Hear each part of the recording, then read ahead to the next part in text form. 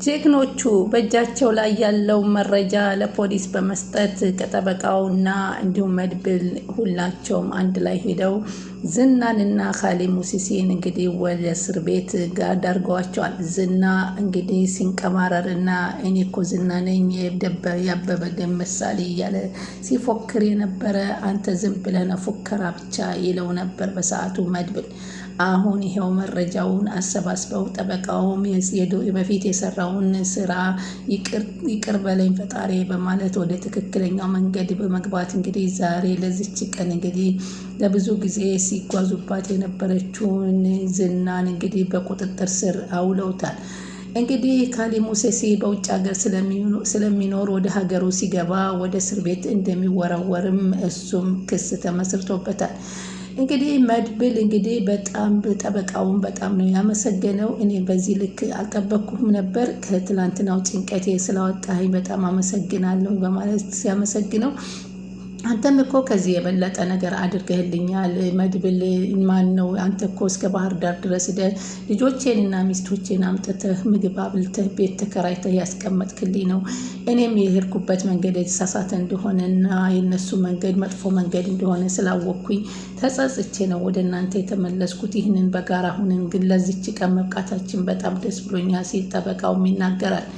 ብሩኬን በጣም እናመሰግናለን። ሞገስ ሲነግረኝ እኔ ራሱ ጠበቃው መድብልን ሊያስፈታው ሊያስለቅቀው ነው ሲለኝ እንዴት አድርጎ ነው የሚያስለቅቀው ምን እያልክ ነው ነበር ብዬ እንደ ቀላል ነገር አይቼ የነበረው ግለት አንተ ብልሃተኛ ነህ፣ በጣም ነው በቤተሰቦቻችን መሀል ሁሌም የማመሰግንህ ሲል ብሩኬ ሲናገር ሞገስን በጣም ነው የማመሰግነ። አሁንም ወደፊትም እንግዲህ የተመኛትን ሉላን አያገኛትም፣ ከዚህ በኋላ ከእስር ቤት መበስበሱ ነው በማለት ይናገራሉ።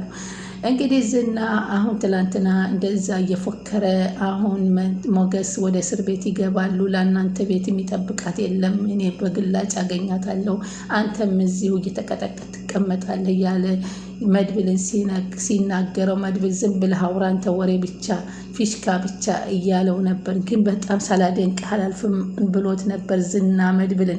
ጀግና ነህ፣ የመጨረሻ ጀግና። ለምን እኛ ጋር እንደፈለግን አሞላቀን ቤትም ሰተን ገንዘብም ሰተን እኛ ጋር እንድትሰራ ለምን ወደኛ አትቀላቀልም ሲልም ጠየቃውን አቅርቦለት ነበር። እኔ ድሃ ገንዘብ ድሃን እያስለቀስኩ ደም የምበላ አይደለውም እንደናንተ፣ እናንተም የጊዜ ጉዳይ እንጂ ሰሞኑን ያበቃላቸዋል ሲል የመጨረሻውን ነግሮት ነበር። በዚህም ያላመነው ዝና እንግዲህ ዛሬ መረጃዎች በሙሉ ተሰባስበው ለታማኙ ፖሊስ እንግዲህ ለሕዝብ ለሚያገለግለው በገንዘብ ለማይገዛው እንግዲህ ተሰጥቶ ዝና ወደ እስር ቤት መግባቱ በጣም የሚገርም ነው። በሰፈሩት ቁና መሰፈር አይቀርም ይባላልና እንግዲህ በዛሬው ዕለት የዝና ጥቁር ቀን እንበልለት ወለምን ቀን እና መድብል ትላንትና በጠበቃው አማካኝነት በዛ ፍጥነት መውጣቱ በጣም ነበረ ያስደሰተ። ሰላም ወደ ቻናል የተከታታዩ ሰላማችሁ በያላችሁበት ይብዛል። ለቻናል አዲስ የሆናችሁ ሰብስክራይብ፣ ላይክ፣ ሼር እያደረጋችሁ ቪዲዮውን እስከ መጨረሻ ተመልከቱ ማለት ነው። ምሳሌ አስተማሪውና አሳዛኙን ቀጣይ ፓርቲ ይዘንላችሁ መጥተናል። በዚህ ፓርቲ እንግዲህ የዝና የመጨረሻ ውድቀትና ሽንፈትን ያየበት በነ መድብልና በነ ጠበቃው እንዲሁም በሞገስ ድል የተደረገበት ነገር ነው። ሁላቸውም እንግዲህ ድር ቢያብር አንበሳ ያስር ይባላል። ሁላቸውም በመተባበር እንግዲህ ለብዙ ሰዎች ክፋትና ለብዙ ሰዎች መሞት መስዋዕት እያደረጉ በሰው ደም የሚረማመዱትን ሰዎች እንግዲህ በግላጭ ዛሬ ለሕግ ማቅረባቸው በጣም ደስ የሚል ነገር ሆኗል ማለት ነው።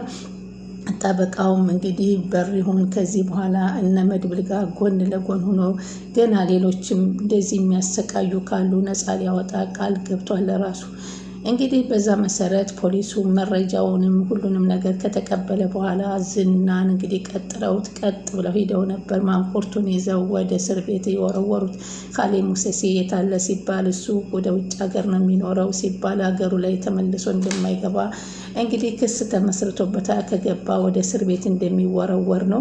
እሱ ግን ካሌብ ሙሲሲ ይህንን ሲሰማ በጣም ነበር የተናደ። አንተ ደደብ ነህ፣ ዝና ከአንተ ጋር ከምሰራ ከመድብል ጋር ብሰራ በጣም ያዋጣኝ ነበረ። ምክንያቱም ትላንትና ገና እንትናን ሞገስን ሊያገኙት ሄደዋል ብለህ ስትደውልልኝ ግን ከትንሽ ደቂቃ በኋላ ደግሞ ሞገስን አላገኙትም አምልጠውታል ብለህ ተናገርክ። ከክሊኒኩ ድረስ ሄደዋል። ሞገስ ጠበቃውን ሊይዙት ብለህ ደወልክልኝ። አሁንም ከትንሽ ደቂቃ በኋላ ትደውልና ተለቋል ትላለህ። አንተ ምን አይነት ደደብ እንደሆንክ ያልገባኝ፣ አንተ ሁልጊዜም ቢሆን ደደብ ነህ በማለት ነበረ ካሌብ ሙሲሲ ለዝና መጡብኝ ልያዝ ነው የመጨረሻ ነው ብሎ ሲደውልለት የተናገረው። አንተ እኮ ሰፈሪ ነህ አለው መድብል። ድሮም እኮ አንተ ቀርበህ ሰውን አትገጥምም። አንተ በሴቶች በነ ማህሌትና በነ ኤፍራታ እንዲሁም በሌላ እየተላላክ እንጂ እኮ በአንተ ቀርበህ የምትጋጠም ወንድ አይደለም በማለት ነበረ እየተናገረው። ሌላ ወደ ማህሌት ስንሄድ ማህሌት እንግዲህ በአሁኑ ሰዓት ያንን ባለ ሀብት ጋር አብራ ካደረች በኋላ ስለ ካሌብ ሙሲሲ እንዲነግራት ተጠይቀዋል። ምክንያቱም አሁን ማህሌት ካሌብ ሙሲሲን ማጥመድ ፈልጋለች። ካሌብ ሙሲሲን ለምን አትነግሪኝ? አሁንም ስለ ካሌብ ነው እየጠየቅሽኝ ያለሽው አላት። በነገራችን ላይ እኔ አንድ ነገር ካለው ችኮ ነኝ አለችው። ግን ለምንድን ነው እንደዚህ ካሌብ ሙሲሲን ማወቅ የፈለግሽው? ሳትዋሽ ንገሪኝ። በአካል አግኝተው ታውቃለህ አለችው። አንድ ቀን 2 ጊዜ ክለብ ያየሁት ይመስለኛል አለ። ግን ምን አይነት ሰው ነው? ማለቴ ሽማግሌው ሽባ ነው? ወጣት ነው? ምን አይነት ነው? እስኪ በደንብ ስለሱ ንገረኝ አለች።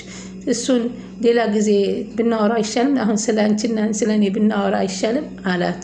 ምክንያቱም ሁኔታዋን ሲያያት ከካሌብ ሙሲሲ ችኮ ብቻ ሳትሆን ቂመኛ ነች ማለት ነው አላት። ይልቅ የልጅሽን ጉዳይ የኔ ተይው አላት። አይ ከዚህ በኋላ እኔ አንተን ማስቸገር አልፈልግም አለ ማህሌት። እኔ ግን አንቺ ማስቸገር አይቀርም አላት። አሁንም ባለትዳር መሆንን የረሳው ትመስላለህ ወይንስ እኔን ቅምጥ ማድረግ ፈልገህ ነው አለችው። መቼም ፈቶ ያገባኛል ብለሽ አላሰብሽም። ክለብ ውስጥ ስለተገናኘን ቀላል ሴት አድርገኸኝ ነው አለችው። አይ ቀላል ሴት እንዳልሆንሽ አውቃለሁ አላት። ይልቅ አላት ለምን ቤት ፈልገሽ ልዩ አፓርታመንት ላንቺና ለልጅሽ አልከራይልሽም ሲላት፣ አታስብ ለልጄ አክስቷለችላት አለችና ወደ ኤደን መደወልት። ኤደን እየቀጠቀጠች ነበር ወደ ማህሌት ግን ከሰውየው ጋር አሁን አላነሳችላትም ነበርና ከዛ እንደውም አክስቴ ደወለች አለችና ረባክ እድሜዋ ረዥም ነው አለችው። አየህ ስናነሳት ደወለች አለችው። ሄሎ አለቻትና እህቴ እንዴት ነሽ ስትላት፣ እህቴ ስትሽንሳሽና እህቴ ስትይኝ አታፍሪም? እኔ እንዳንቺ አይነት እህት የለኝም አለቻት። ዱዱዬ ደህና ናት፣ በደንብ እየተሻላት ነው። አሁን ስለ ዱዱዬ እንዳታስቢ አለቻት ማለት ነው።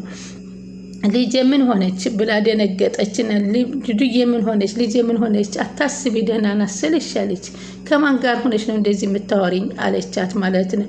ብታይ አንድ የተባረከ ሰው አግኝቼ የልጅሽን ብላ ተሳስታ የልጅን ሕክምና አለችና ቀየረችው።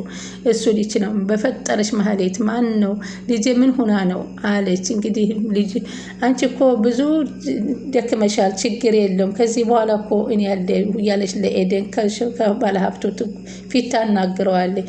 አንቺ ቤት ያለውን ነገር ሁሉ ጨርሽ ያለቻት። እመኒ ማህሌት ልጄ ግን አንድ ነገር ትሆንና አለቻት ኤደን። እንደ ቋንጣ ዘልዝዬ ነው የምሰቅልሽ አለቻት። አሚን ለአንቺም እሱን ነው የሚጠብቅሽ በይቻው በማለት ትዘጋባታለች። እሱ ፈጣሪ ይጠብቅልኝ እንጂ ሌላ ምን እላለሁ ላስመሰለች። እህትሽን በጣም እንደምትወጃት ያስታውቃል አላት። ምን ላድርግ ብለህ ነው? ያው እንደ አህያ ጡት ሁለት አይደለን አለችው። እናም ከምን ላይ ነበር ያቆምነው? ከካሌብ ላይ አለችው። ካሌብ አለችው አለ። አዎ ስለ ካሌብ ልቅ ብዙ ባትጠይቅኝ እኔ ደስ ይለኛል በማለት ይላል። አሁን ኤደን እንግዲህ እነ ብሩኬ እየተጠራጠሯት ይገኛሉ። ምክንያቱም በቤት ውስጥ ጠበቃው ክሊኒኩን ማን አሳይቷቸው ነው ክሊኒኩ ድረስ የሄዱት የሚለው አንድ ጥያቄ መጥቶባቸዋል። በቤታችን ውስጥ እንግዲህ የእኛን ከግር ኮቴያችን ድረስ እየተከተለ የሚያቀብል አንድ ሰው አለ ማለት ነው በማለት ተጠራጥረዋታል። ምክንያቱም በቤት ውስጥ የሚፈጸመው ነገር ሁሉ በሙሉ ወደ እነሱ እየደረሰ ነው ያለው። ይህን ያደረገች ያለችው ኤደን በቤት ውስጥ የሚደረገውን ድርጊት አሳልፋ ለማህሌት እየሰጠችስ እንደሆነ ነው። ስለዚህ አሁን ከቤታችን አንድ ካሜራ መቅጠም አለብን የሚል ስምምነት ተስማምተዋል። ካሜራ ከገጠሙባት እና ድምጿን የሚቀዳ ካደረጉባት እንግዲህ ኤደን እንግዲህ የመጨረሻዋ ሊሆን ይችላል።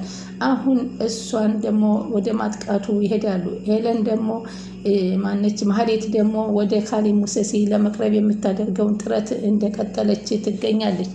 አሁን እንግዲህ ባለሀብቱ ተጠግታ እስቲ ዛሬ አንተ ከኔ ጋር መተኛትህ በጣም የሚገርመኝ ነገር ነው።